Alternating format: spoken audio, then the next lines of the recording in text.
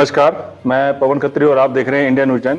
आज हमारे साथ खास मुलाकात में नाड़ी वैद्य हैं जो डॉक्टर भी हैं पेशे से, और नवीन जोशी जी आज इनसे खास मुलाकात में खास बातचीत करेंगे। बातचीत का जो मुद्दा है वो ये है कि नाड़ी के वैद्य हैं और मर्म चिकित्सा है वो सिखाते हैं। इनसे जानेंगे कि नाड़ी में किस तरह से, क्योंकि नाड़ी अगर देखें तो नाड़ी जो वैद्य थे वो लुप्त होते जा रहे हैं। कहीं ना कहीं हम माने तो जो अदर चिकित्सा है उन्होंने उनकी जगह ले ली है। तो आज इनसे पूरी जानकारी लेंगे और बातचीत करेंगे। तो डॉक्टर साहब पहले स्वागत हो आपका। नमस्कार डॉक्टर साहब, अगर हम माने तो नाड़ी वैद्य थे पुराने समय में बहुत हुआ करते थे, और अब जो समय चेंज हुआ है तो वो जगह अब चेंज हो गई है, तो उसके बारे में आप क्या कहेंगे? जी, पहले पुराने जमाने में क्या था कि बहुत वैद्यों का बड़ा महत्व था और बहुत वैद्य जो थे गांव में वैद्य ही हुआ करते थे और लोग वैद्य से ही उपचार कराते थे। तो ऐसे समय में जो है वैद्यों के पास बहुत ऑप्शंस नहीं थे, ना इतनी जांचें उपलब्ध थी, ना इतने जांचों की इंस्ट्रूमेंट्स बने हुए थे, डायग्नोस्टिक टूल्स नहीं थे। तो वैद्य लोग प्राचीन जो परंपरा का ज्ञान था, जो नाड़ी का, वो ज्ञान से वो रोग के निर्धारण करने की तकनीक को वो प्रयोग में लाते थे और जिससे कि नाड़ी देख करके वो विभिन्न प्रकार के बीमारियों के बारे में, उनके इलाज को हम किस प्रकार से सटीक कर सकते हैं, ये बात वो आसानी से जान जाते थे। तो नाड़ी परीक्षा जो था वो एक प्रकार से बहुत ही एक पॉपुलर वैद्यों के लिए एक पॉपुलर टूल था। और आज भी गाँव के जो रोगी आते हैं वो अगर किसी वैद्य के पास आते हैं तो आज भी वो ये कहते हैं कि वैद्य जी जरा हमारी नाड़ी देख के, नब्ज देख के बताना कि मुझे क्या परेशानी है। तो धीरे धीरे ये विद्या जो है एक्चुअली उसको लोगों ने, हमने इंस्ट्रूमेंट का समय आ गया, हमने डायग्नोस्टिक इंस्ट्रूमेंट्स के ज़्यादा हम वो जो है एक प्रकार से निर्भर हो गए। आज के समय में हम एक्सरे है, ईसीजी है, अल्ट्रासाउंड है, इन सब चीज़ों पे ज़्यादा हमने भरोसा करना शुरू किया। और हाँ, वाकई सही है, ऐसा नहीं है कि वो डायग्नोसिस के लिए बहुत अच्छे टूल्स हैं, लेकिन हमने अपनी पुरानी टूल्स को, अपनी पुरानी जो परंपरागत ज्ञान था उसको धीरे धीरे हमने लुप्त कर दिया। एक प्रकार से कहें कि एक ऐसा टूल था जिसमें कि लोग इतने इस विद्या के इतने महारत होते थे कि वो केवल और केवल नब्ज देख करके ये बता देते थे कि बीमारी कौन सी है, व्यक्ति को क्या खाना चाहिए, क्या नहीं खाना चाहिए, क्या उसको पथ्य पालन करना चाहिए, कौन सी चीज उससे अपथ्य हो सकती है, ये सब चीजें वो नाड़ी और नब्ज देख के ही बता देते थे। डॉक्टर साहब, आप इसमें आए हैं तो एलोपैथिक में भी आप जा सकते थे, आपने एलोपैथी का भी कोर्स किया है, आप एलोपैथी छोड़ के इसमें आए हैं, तो वो कारण क्या है सर आने का? देखिए, एलोपैथिक छोड़ के तो मैं इसमें नहीं आया हूँ। एक्चुअली हमने आयुर्वेदाचार्य का ही कोर्स किया है, लेकिन हम लोगों को जब पढ़ाया जाता था तो उसमें मॉडर्न मेडिसिन भी पढ़ाई जाती थी। और लेकिन दिक्कत ये थी कि हम अपने धीरे धीरे हमने आयुर्वेद को प्रैक्टिस करना छोड़ दिया और हम एलोपैथिक प्रैक्टिस की तरफ चले गए। लेकिन जो बताएं कि आयुर्वेद है, ये एक बहुत ही महत्वपूर्ण विद्या है और हम कहते हैं ना कि कई जगह पर जहाँ पर एलोपैथिक साइंस बहुत जगह पर काम नहीं करती है, वहाँ पर आयुर्वेद की चिकित्सा बहुत अच्छा काम करती है। आज भी आपने देखा होगा कि नाड़ी परीक्षण के द्वारा हम उन सब चीज़ों के बारे में जान जाते हैं जिसके बारे में कई बार एलोपैथिक साइंस डायग्नोज नहीं कर पाती है। और आपने ये भी देखा होगा, हजारों साल पुराना ये ज्ञान है और जब नाड़ी और नब्ज हम देखते हैं तो हम देखते हैं जो उसमें गतियों के बारे में बताया गया है, उन गतियों का जो ग्राफ है, अगर आप वो देखते हैं तो आपको आश्चर्य होता है कि वो ग्राफ आज के जो इंस्ट्रूमेंट्स हैं वो कागज पर जब उकेर रहे हैं तो ऐसा ही ग्राफ बनता है। यानी आप ये समझिए कि हजारों साल पहले जो ऋषि मुनि थे, उनके पास जब कागज नहीं था, पेन नहीं था, डॉक्यूमेंट करने के लिए कोई तकनीक नहीं थी, तब उन्होंने प्राणियों के नाम पर, प्राणियों की चाल को देख करके, प्राणियों के चलने के तरीके देख करके, उसको उन्होंने अपने दिमाग में पिरो करके उन ग्राफ्स के बारे में सोचा होगा।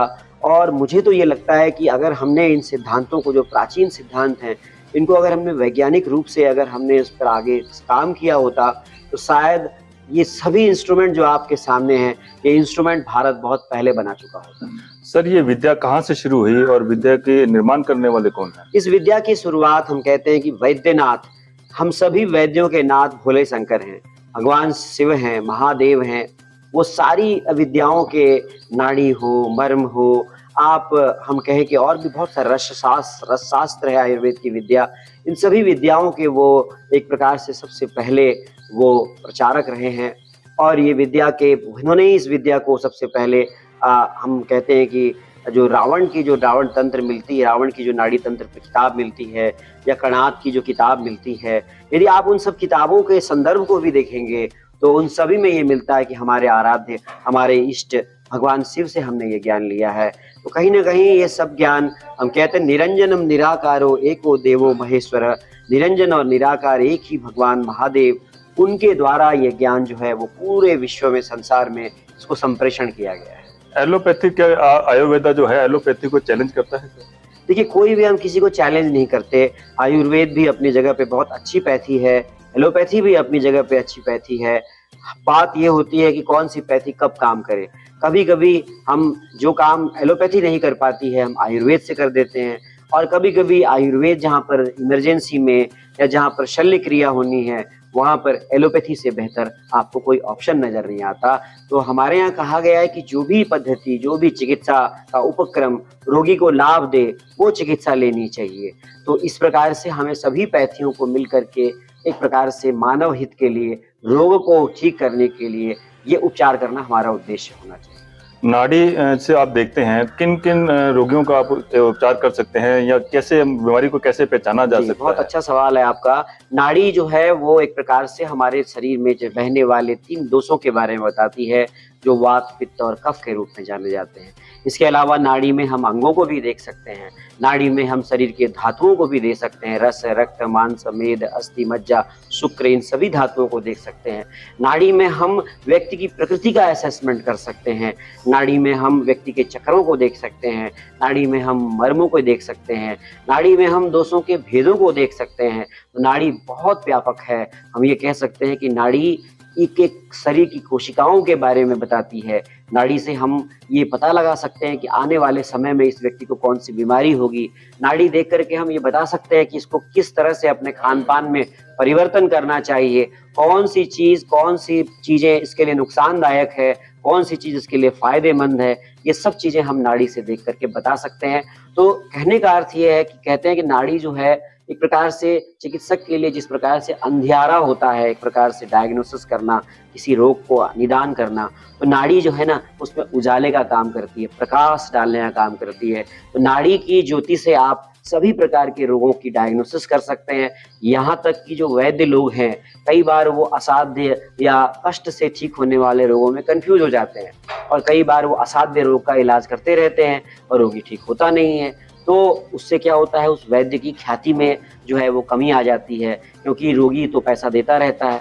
तो ऐसे में कहा गया है कि नाड़ी जो है, कौन से रोग सही तरीके से ठीक होंगे, कौन से रोग कष्ट से ठीक होंगे, कौन से रोग नहीं ठीक होंगे, यह भी नाड़ी से हमको पता चल जाता है। डॉक्टर साहब, लास्ट सवाल है कि आपको कितने साल हो गए इसमें प्रैक्टिस करते हो? देखिए, मैंने सन 2000 में मैंने ग्रेजुएशन किया, आयुर्वेदाचार्य किया, 5 साल का कोर्स किया। उसके बाद हाउस जॉब किया, तो 5 साल तो मैं लगातार आयुर्वेद में ही रहा। तो वर्ष 93 से आप लगाइए 2000 तक हमारा अध्ययन काल था। वर्ष 2000 से लेकर के 2024 तक 24 साल मुझे इस फील्ड में हो गए हैं। तो 24 साल तक से मैं इसमें काम कर रहा हूँ।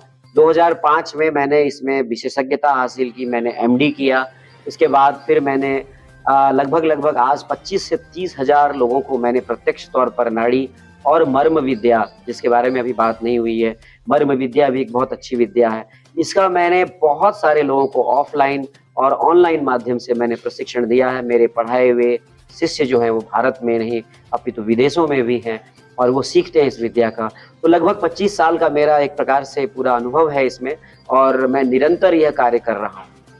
जैसा कि आप देख रहे हैं कि मेरे साथ डॉक्टर नवीन जोशी जी हैं, जिनसे हमने चर्चा की आज नाड़ी के ऊपर। और अभी थोड़ी देर ब्रेक लेंगे, ब्रेक के बाद हम दोबारा मिलेंगे, डॉक्टर साहब से दोबारा बात करेंगे और मर्म चिकित्सा के बारे में बात करेंगे, वो क्या है इसके बारे में। नमस्कार।